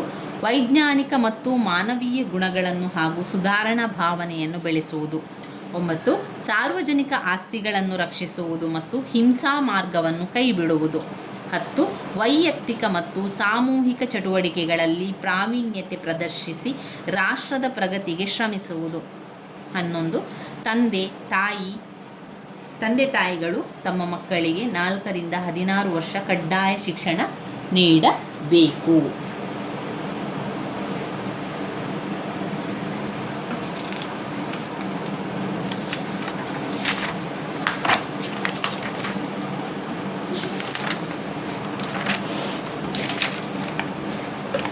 ಇಲ್ಲಿ ಡಾಕ್ಟರ್ ಬಿ ಆರ್ ಅಂಬೇಡ್ಕರ್ ಅವರ ಬಗ್ಗೆ ಓದ್ಕೊಳ್ಬೇಕು. ಬಿ ಆರ್ ಅಂಬೇಡ್ಕರ್ ಅವರ ಒಂದು ಸಾಧನೆಗಳ ಬಗ್ಗೆ, ಅವರು ಯಾವುದರೆಲ್ಲ ವಿಚಾರದ ಬಗ್ಗೆ ಹೇಳಿದ್ದಾರೆ ಎನ್ನುವಂಥದ್ದು ನಿಮಗೆ ಗೊತ್ತಿರಬೇಕು. ಅವರು ಸಾಮಾಜಿಕ ಸಮಾನತೆಯ ಬಗ್ಗೆ ಹೋರಾಡಿದರು. ಎಲ್ಲರಿಗೂ ಕೂಡ ಸಮಾನತೆಯನ್ನು ಕೊಡಬೇಕು, ಮಹಿಳೆಯರ ಶಿಕ್ಷಣಕ್ಕೆ ಪ್ರೋತ್ಸಾಹವನ್ನು ನೀಡುವಂಥದ್ದು, ಮಹಿಳೆಯರಿಗೂ ಕೂಡ ಸಮಾನತೆಯನ್ನು ಕೊಡಬೇಕು ಅಂತ ಅವರು ಹೋರಾಟವನ್ನು ಮಾಡ್ತಾರೆ. ದಲಿತರ ಏಳಿಗೆಗಾಗಿ ಅವರು ಹೋರಾಟವನ್ನು ಮಾಡುವಂಥದ್ದು. ಸಾಮಾಜಿಕ ಪರಿವರ್ತನೆಯ ಹರಿಕಾರರಾದ ಅಂಬೇಡ್ಕರ್ ಭಾರತ ಸಂವಿಧಾನದ ರಚನೆ ಕೇಂದ್ರ ಶಕ್ತಿ. ಸಾಮಾಜಿಕ ಸಮಾನತೆಯ ಪ್ರತಿಪಾದಕರಾಗಿದ್ದ ಅಂಬೇಡ್ಕರ್ ದಲಿತ ವಿಮೋಚನೆಯ ಮಹಾನೇತಾರರಾಗಿದ್ದರು. ಪ್ರತಿಭಾಶಾಲಿಗಳಾಗಿದ್ದ ಅಂಬೇಡ್ಕರ್ ಬದುಕಿನ ಉದ್ದಕ್ಕೂ ಪ್ರಜಾಪ್ರಭುತ್ವದ ಅನನ್ಯ ಆರಾಧಕರಾಗಿದ್ದರು. ಹಾಗಾಗಿ ಸಮಾನತೆ ಅವರ ಘನಾದರ್ಶವಾಗಿತ್ತು. ಹಿಂದೂ ಸಮಾಜದಲ್ಲಿ ಪ್ರಾಚೀನವಾಗಿದ್ದ ಅಸಮಾನತೆ ಮತ್ತು ಅಸ್ಪೃಶ್ಯತೆಯ ನಿವಾರಣೆಗೆ ಅವರು ಕಂಕಣಬದ್ಧರಾಗಿದ್ದರು. ಸಾಮಾಜಿಕ ಶೋಷಣೆಯಿಂದ ಶೂದ್ರ ವರ್ಗಗಳನ್ನು ವಿಮೋಚನೆಗೊಳಿಸುವ ಸಮರ ಸಾಧನೆಗೆ ಅವರು ಮುಂದಾದರು. ಅವರ ಈ ಪ್ರಯತ್ನಗಳು ಪ್ರಾಮಾಣಿಕವಾಗಿದ್ದು ಸಾಮುದಾಯಿಕ ಹಿತಕ್ಕೆ ಬದ್ಧವಾಗಿದ್ದವು. ದಲಿತರ ಆಶಾಕಿರಣವಾಗಿದ್ದ ಅಂಬೇಡ್ಕರ್ ಉನ್ನತ ಜ್ಞಾನ ಆದರ್ಶಗಳ ಭವ್ಯ ಭಂಡಾರವಾಗಿದ್ದು, ಆ ಅಕ್ಷಯ ನಿಧಿ ದಲಿತರ ಉದ್ಧಾರದ ಮಹಾಮಂತ್ರವಾಗಿ ಪರಿಣಮಿಸಿತು. ಇನ್ನು ಘಟಕ 22ರಲ್ಲಿ ಯಾವುದಿದೆ ಓದ್ಕೊಳ್ಳುವಂಥದ್ದು. ಇನ್ನು ವಿದೇಶಾಂಗ ನೀತಿ, ವೆರಿ ಇಂಪಾರ್ಟೆಂಟ್ ಆಗಿರುವಂಥ ಒಂದು ಘಟಕ ಅಂತ ಹೇಳ್ಬೋದು. ಅದು ವಿದೇಶಾಂಗ ನೀತಿಯ ಲಕ್ಷಣಗಳು. ವಿದೇಶಾಂಗ ನೀತಿಯ ಲಕ್ಷಣಗಳ ಪಾಯಿಂಟ್ಸ್ಗಳು ಇಲ್ಲಿ ಬರ್ಕೊಂಡಿರುವಂಥದ್ದು. 1. ರಕ್ಷಣೆ 2. ಭದ್ರತೆ 3. ಆರ್ಥಿಕ ಪ್ರಯೋಜನಗಳು 4. ಮಾನವೀಯ ನೆರವು 5. ಶಾಂತಿ ಇತ್ಯರ್ಥ 6. ಸೈನಿಕ ಸಹಾಯ 7. ಪರಸ್ಪರ ಗೌರವ 8. ಸಮಗ್ರತೆ 9. ಸಮಾನತೆ. ಪಂಚಶೀಲ ತತ್ವಗಳನ್ನು ಕೂಡ ನೋಡ್ಕೊಳ್ಬೇಕು. ಪಂಚಶೀಲ ತತ್ವಗಳು ಸಹಬಾಳ್ವೆ ಮತ್ತು ಸಮಾನತ್ವ ಅದರ ಅಡಿಪಾಯ. ಯಾವುದೆಲ್ಲ ಪಂಚಶೀಲ ತತ್ವಗಳು? ದೇಶದ ಪ್ರಾದೇಶಿಕತೆ ಮತ್ತು ಸಾರ್ವಭೌಮತ್ವಕ್ಕೆ ಮನ್ನಣೆ. 2. ಉಭಯತ್ರರ ಹಿತದೃಷ್ಟಿಯಿಂದ ಯುದ್ಧ ನಿಷೇಧ ನೀತಿ. 3. ಆಂತರಿಕ ಹಸ್ತಕ್ಷೇಪದಿಂದ ದೂರವಿರುವ ನೀತಿ. 4. ಸಮಾನತೆಗಾಗಿ ಪರಸ್ಪರ ಸಹಾಯ ಮತ್ತು ಸಹಕಾರ. 5. ಶಾಂತಿಯುತ ಸಹಬಾಳ್ವೆ. ಏಕತೆ ಮತ್ತು ಸೌಹಾರ್ದತೆಯ ನೀತಿ ಉತ್ತಮ ಲಾಭವನ್ನೇ ನೀಡುತ್ತದೆ. ಅಲಿಪ್ತ ಚಳುವಳಿಯಲ್ಲಿ ಬೇರೆ ಬೇರೆ ಒಂದು ಮಾರ್ಗದರ್ಶಿ ಸೂತ್ರಗಳಿದೆ. ಯುದ್ಧ ಸಂಘರ್ಷಕ್ಕೆ ವಿರೋಧ, ಅಹಿಂಸಾ ನೀತಿ ಪಾಲನೆ, ವಸಾಹತುಶಾಹಿತ್ವ ಮತ್ತು ಸರ್ವಾಧಿಕಾರತ್ವಕ್ಕೆ ವಿರೋಧ, ಜನಾಂಗೀಯ ಭೇದಕ್ಕೆ ಕಡು ವಿರೋಧ, ವಿಶ್ವಸಂಸ್ಥೆಯಲ್ಲಿ ವಿಶ್ವಾಸ, ಏಷ್ಯಾದ ಏಕತೆಯಲ್ಲಿ ನಂಬಿಕೆ, ಅನೈಕ್ಯ ದೇಶಗಳ ಬಗ್ಗೆ ಸಹಾನುಭೂತಿ, ವಿರೋಧಿ ರಾಷ್ಟ್ರಗಳ ನಡುವೆ ಮಧ್ಯಸ್ಥಿಕೆ ವಹಿಸುವುದು, ಅಂತ್ಯ ಮತ್ತು ಮಾಧ್ಯಮ ಇವೆರಡಕ್ಕೂ ಮಹತ್ವ, ಹಸಿವು, ಬಡತನ, ರೋಗ ರುಜಿನಗಳ ವಿರುದ್ಧ ಸಾಮೂಹಿಕ ಹೋರಾಟ, ಕಾಮನ್ವೆಲ್ತ್ ನೇಷನ್ಸ್ನೊಂದಿಗೆ ಅತ್ಯುತ್ತಮ ಬಾಂಧವ್ಯ, ನಿಶಸ್ತ್ರೀಕರಣ.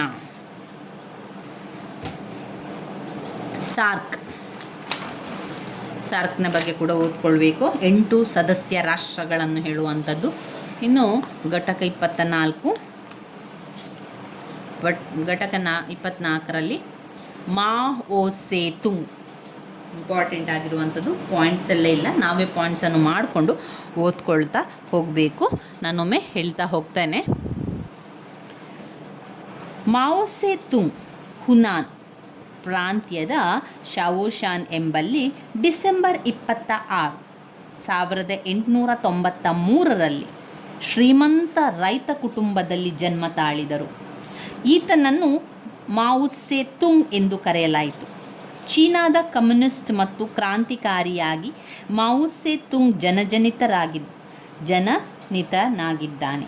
ಆಧುನಿಕ ಚೀನಾದ ಜನತಾ ಗಣರಾಜ್ಯದ ಪಿತಾಮಹನಾಗಿದ್ದಾರೆ. ರೈತಪರ ಧೋರಣೆಯ ಮಹಾನ್ ನಾಯಕರಾಗಿದ್ದಾರೆ. ಬಾಲ್ಯದಿಂದಲೂ ಕ್ರಾಂತಿ ಮನೋಭಾವದವರಾಗಿದ್ದ ಮಾವೋ ಸೇತುಂಗ್ ಕಾರ್ಲ್ ಮಾರ್ಕ್ಸ್ ಬರಹಗಳಿಂದ ಪ್ರಭಾವಿತನಾಗಿದ್ದ.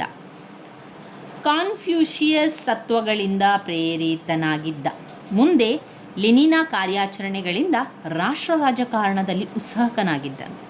ಪೀಕಿಂಗ್ ವಿಶ್ವವಿದ್ಯಾನಿಲಯ ಗ್ರಂಥಪಾಲಕರಾಗಿದ್ದ ಮಾವೋ ಕೈಗೆ ಸಿಕ್ಕ ಎಲ್ಲ ಉತ್ತಮ ಗ್ರಂಥಗಳನ್ನು ಓದಿದರು.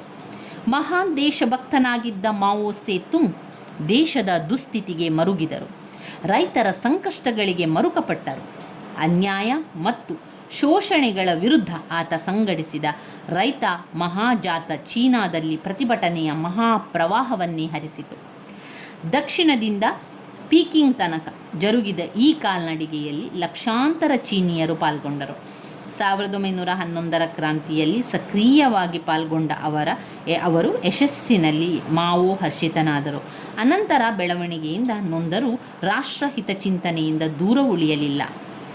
ಮಾವೋನ ಭಗೀರಥ ಪ್ರಯತ್ನದಿಂದ ಅಕ್ಟೋಬರ್ 1949ರಲ್ಲಿ ಚೀನಾ ಜನತಾ ಗಣರಾಜ್ಯ ಅಸ್ತಿತ್ವಕ್ಕೆ ಬಂತು. ನವೆಂಬರ್ 9, 1976ರಲ್ಲಿ ದಿವಂಗತನಾಗುವ ತನಕ ಅವರ ಅಧ್ಯಕ್ಷರಾಗಿ ಮಾವೋ ದಕ್ಷತೆಯನ್ನು ವ್ಯಕ್ತಪಡಿಸಿದರು. ಮಾವೋ ಸೇತುಂಗ್ ಸೈನಿಕರಾಗಿ, ರಾಜಕಾರಣಿಯಾಗಿ, ಕವಿಯಾಗಿ, ನೀತಿವಂತನಾಗಿ ಚೀನಿಯರ ಹೃದಯ ಸೂರೆಗೊಂಡಿದ್ದಾರೆ. ಮನುಷ್ಯನ ನೈತಿಕತೆ ಸದಾ ಮುಂದಿರಬೇಕೇ ವಿನಃ ಭೌತಿಕ ಸುಖ ಸಂಪತ್ತಲ್ಲ ಎಂಬುದು ಅವರ ವಾಚವಾಗಿತ್ತು. ವಸಾಹತುಶಾಹಿತ್ವ ಮತ್ತು ಸರ್ವಾಧಿಕಾರಕ್ಕೆ ಆತ ಸದಾ ವಿರೋಧಿಯಾಗಿದ್ದ. ಆತನ ಮಾರ್ಗದರ್ಶನದಲ್ಲಿ ಚೀನಿಯರ ಕನಸಿನ ಗಣರಾಜ್ಯ ಪುಷ್ಪ ಅರಳಿತು. ಕ್ರಾಂತಿಯ ಕಾವು ಮತ್ತು ಹೂವಿನ ಕೋಮಲಕ್ಕೆ ಮಾವೋ ಸೆಯ ನೀತಿ ನಿರ್ಧಾರಗಳಲ್ಲಿ ಪ್ರತಿಫಲಿತವಾಗುವ ಗುಣಗಳಾಗಿದ್ದವು. ಆದ್ದರಿಂದ ಮಾವೋ ಸೇತುಂಗ್ ಇಂದಿಗೂ ಕೋಟ್ಯಾಂತರ ಗಣತಂತ್ರ ಪ್ರಿಯರ ಆರಾಧಕ ಮೂರ್ತಿಯಾಗಿ ಉಳಿದಿದ್ದಾರೆ. ಇದು ಕೊನೆಯ ಘಟಕವಾಗಿರುವಂಥದ್ದು. ಇವಿಷ್ಟು ನಾವು ಅಂತಿಮ BA ಇತಿಹಾಸ ಕೋರ್ಸ್ 5ರಲ್ಲಿ ಓದಬೇಕಾಗಿರುವಂತಹ ತುಂಬಾ ಮುಖ್ಯವಾಗಿರುವಂತಹ ಪ್ರಶ್ನೆಗಳಾಗಿದೆ.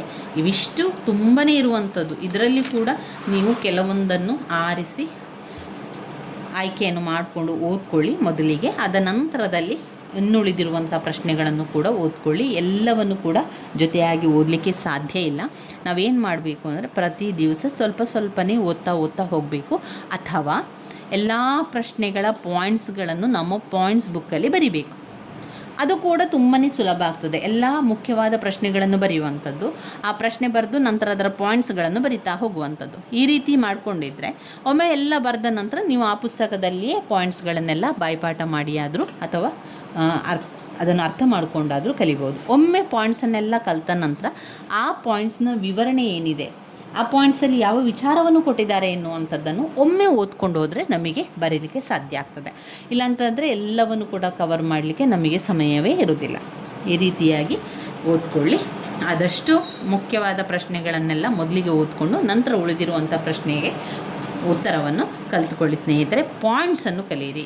ಅವರು ಪಾಯಿಂಟ್ಸ್ ಕೊಡಲಿಲ್ಲ ಅಂತಾದರೆ ನಾವು ಒಮ್ಮೆ ಓದ್ಕೊಂಡು ಪಾಯಿಂಟ್ಸನ್ನು ಮಾಡಿಕೊಂಡು ಕಲಿಯಿರಿ. ಪಾಯಿಂಟ್ಸ್ ಮಾಡಿಕೊಂಡು ಕಲಿಯೋದ್ರಿಂದ ಓದಿದೆಲ್ಲ ನೆನಪಲ್ಲಿ ಉಳಿಲಿಕ್ಕೆ ಕೂಡ ಸಹಾಯ ಆಗ್ತದೆ. ಅಷ್ಟೇ ಅಲ್ಲದೆ ನಮಗೆ ಪರೀಕ್ಷೆಗೆ ಪಾಯಿಂಟ್ಸ್ ಮುಖಾಂತರ ಬರೆಯೋದ್ರಿಂದ ಒಳ್ಳೆಯ ಅಂಕಗಳು ಕೂಡ ಸಿಗಲಿಕ್ಕೆ ಸಹಾಯ ಆಗ್ತದೆ. ಈ ರೀತಿಯಾಗಿ ಮಾಡಿಕೊಳ್ಳಿ. ಇದೆಲ್ಲ ಆದರೆ ನಮ್ಮ ಅಂತಿಮ BA ಇತಿಹಾಸದ ಸಂಪೂರ್ಣ ವಿಷಯಗಳು ಮುಗಿತು. ನಾವೀಗಾಗಲೇ ಕೋರ್ಸ್ 3ರ ಸಂಪೂರ್ಣವಾದ ಪ್ರಶ್ನೆಗಳನ್ನು ನೋಡಿಕೊಂಡೆವು. ಕೋರ್ಸ್ 4ರ ಪ್ರಶ್ನೆಗಳನ್ನು ಕೂಡ ನೋಡಿಕೊಂಡೆವು. ಇವತ್ತು ಕೋರ್ಸ್ 5ರ ಪ್ರಶ್ನೆಯನ್ನು ಕೂಡ ನೋಡಿಕೊಂಡಿದ್ದೇವೆ. ಹಾಗೆಯೇ ಇನ್ನು ನಾವು ಮುಂದಿನ ವಿಷಯಕ್ಕೂ ಕೂಡ ಮುಂದಿನ ವಿಡಿಯೋದಲ್ಲಿ ಎಲ್ಲ ವಿಷಯಗಳನ್ನು ಕೂಡ ನೋಡ್ತಾ ಹೋಗುವ. ಮೊದಲಿಗೆ ಪಾಯಿಂಟ್ಸ್ಗಳನ್ನೆಲ್ಲ ನೋಡಿಕೊಂಡು ಸಮಯ ಇದ್ದಾಗ ನಂತರ ವಿವರಣೆಯನ್ನು ಕೂಡ ತಿಳಿತಾ ಹೋಗುವ ಸ್ನೇಹಿತರೆ. ನನ್ನ ವೀಡಿಯೋಸ್ ಎಲ್ಲ ನಿಮಗೆ ಇಷ್ಟ ಆಗ್ತಾ ಇದ್ದರೆ ಲೈಕ್ ಕೊಡಿ, ಶೇರ್ ಮಾಡಿ, ಸಬ್ಸ್ಕ್ರೈಬ್ ಮಾಡಲಿಕ್ಕೆ ಮರಿಬೇಡಿ ಸ್ನೇಹಿತರೆ. ಧನ್ಯವಾದಗಳು.